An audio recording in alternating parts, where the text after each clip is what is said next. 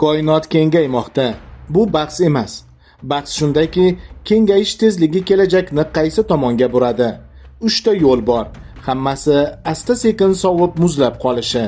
Hammasi shunchalik tez cho'zilib ketib yirtilishi yoki bir kuni tezlik pasayib hamma narsa yana yig'ilib qulashi. Bu 3 yo'lning qaysi biri kuchliroq ekanini bitta raqam emas, bir nechta kuzatuv birga aytadi. Kengayish galaktikalar raketa kabi uchyapti degani emas. Ko'proq bo'shliqning o'zi cho'zilayotgandek masofa ortadi. Shuning uchun galaktikalar uzoqlashayotgandek ko'rinadi. Muhim nuqta, galaktika ichida tortishish kuchi kuchli. Shu bois yulduzlar tizimi tarqab ketmaydi. Kengayish eng katta masofalarda hukmron bo'ladi. Sir ham aynan shu ulkan miqyosda boshlanadi. Olimlar kengayish tezligini hozirgi paytda bitta ko'rsatkich bilan aytadi. Hubble doimiyligi.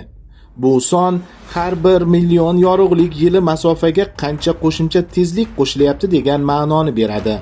Qiziq joyi, Hubble doimiyligini turli yo'l bilan o'lchasak, natija har doim bir xil chiqmayapti. Bu farq kichik tuyuladi, lekin kelajak ssenariylarida u katta rol o'ynashi mumkin. Yaqin koinot usuli yulduzlar va portlaydigan yulduzlar orqali masofani topadi. Keyin kengayishni hisoblaydi. Ilk koinot usuli esa juda qadimgi nurlanish izlaridan butun modelni tiklaydi. Planck kosmik apparati ma'lumotlariga tayanilgan bahoda Hubble doimiyligi 67.4 chiqadi. ESA Planck sahifasida ham aynan shu raqam keltiriladi. Ikki usuldan chiqqan farq Hubble tarangligi deb ataladi.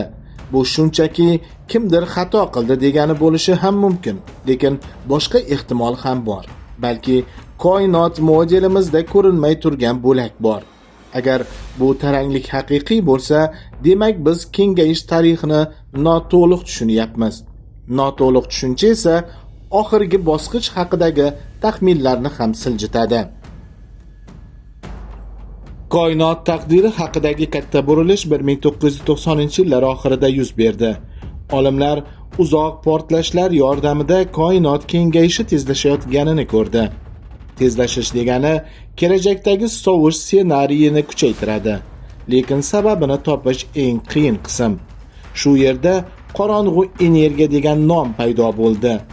Koinot kengayishini tezlashtiruvchi noma'lum omil bormi degan savol hanuz ochiq. Qorong'u energiya bu ko'rmaymiz, lekin ta'sirini sezamiz degan toifa. U to'g'ridan to'g'ri suratga tushmaydi, lekin kengayish tezlashishini tushuntiradigan eng oddiy yo'l shunga kelib taqaladi.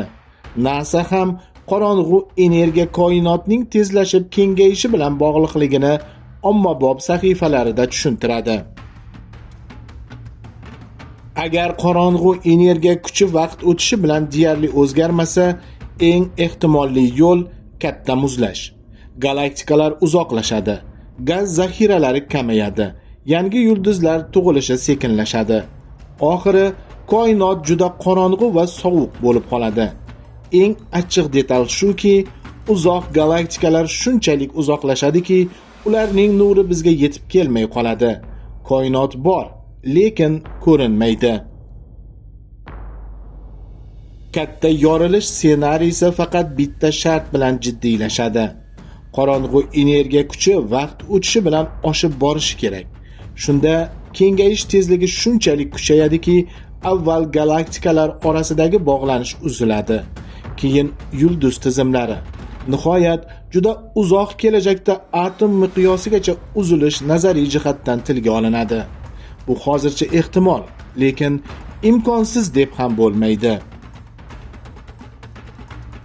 Katta qulash uchun esa teskari holat kerak. Qorong'u energiya kuchi kamayishi yoki xarakteri o'zgarishi. Shunda kengayish sekinlashib, to'xtab, keyin gravitatsiya ustun kelib, hammasi yana yig'ila boshlashi mumkin.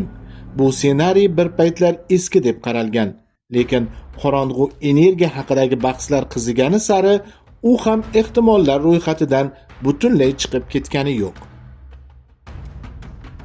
Koinot taqdiri bitta teleskop ko'rdi bilan hal bo'lmaydi. Eng kuchli yo'l millionlab galaktikani xaritalash. Qaysi masofada galaktikalar qanday joylashgan? Ular orasidagi kosmik to'r qanday o'zgaradi? Shular kengayish tarixini beradi. Shuning uchun zamonaviy kosmologiya katta xarita qurishga o'xshaydi. Xarita qanchalik aniq bo'lsa, taqdir shunchalik ravshanlashadi. Bu xaritalarda eng muhim o'lchagichlardan biri baryon akustik tebranishlari. Oddiy qilib aytganda, juda qadimda moddada to'lqin izlari qolgan va bu izlar bugun galaktikalar taqsimotida masofa o'lchagich kabi ishlaydi. Baryon akustik tebranishlari yordamida olimlar koinot qachon qanday tezlikda kengayganini tekshiradi. Shu sabab baryon akustik tebranishlari koinot taqdirini o'lchaydigan metrga o'xshaydi. Qorong'u energiya spektroskopik asbobi millionlab galaktikalarning yorug'ligini ranglarga ajratib, ularning masofasini va joylashuvini juda katta miqyosda o'lchaydi. Natijada baryon akustik tebranishlari signali aniqroq chiqadi va kengayish tarixidagi mayda farqlar ham ko'rinadi. Qorong'u energiya spektroskopik asbobi natijalari shuning uchun shov-shuv. U kengayish doim bir xil model bo'yicha bormayaptimi degan savolga yanada qattiqroq bosim beradi. 2025-yilda Nature Astronomy'dagi sharhda qorong'u energiya spektroskopik asbobi natijalari qorong'u energiya doimiy bo'lmasligi ehtimoliga qiziqish kuchayganini aytadi. U yerda bu afzallik statistik jihatdan kuchaygani ham muhokama qilinadi. Lekin bu yakuniy hukm emas. Bu model sinovdan o'tyapti degani.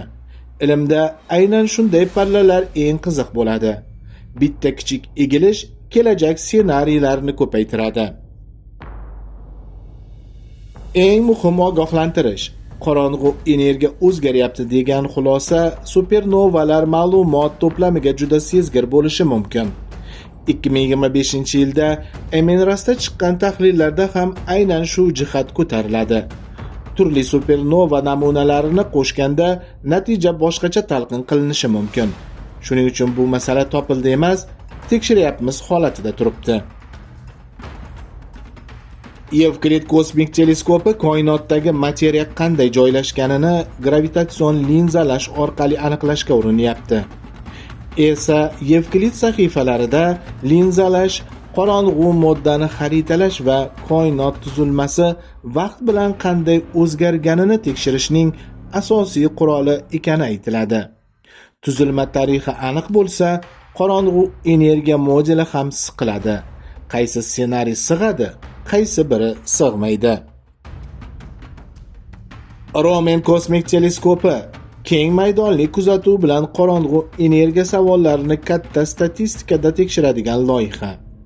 NASA 2025-yil dekabrdagi xabarda Romen qurilishi yakunlangani, sinovlardan so'ng 2026-yil yozida uchirishga tayyorgarlik bo'lishi, uchirish esa 2026-yil kuzidayoq tayyor bo'lishi mumkinligini aytadi. Rasmiy rejada may 2027 ham tilga olinadi. Agar katta muzlash yo'liga ketsak, eng sirli oqibatlardan biri paydo bo'ladi. Ko'rinish devori. Kengayish tezlashgani sari shunday masofa keladiki, u yerdan signal sizga hech qachon yetib kelmaydi. Bu degani, kelajakdagi osmon xaritasi biznikidan ancha bo'sh ko'rinadi.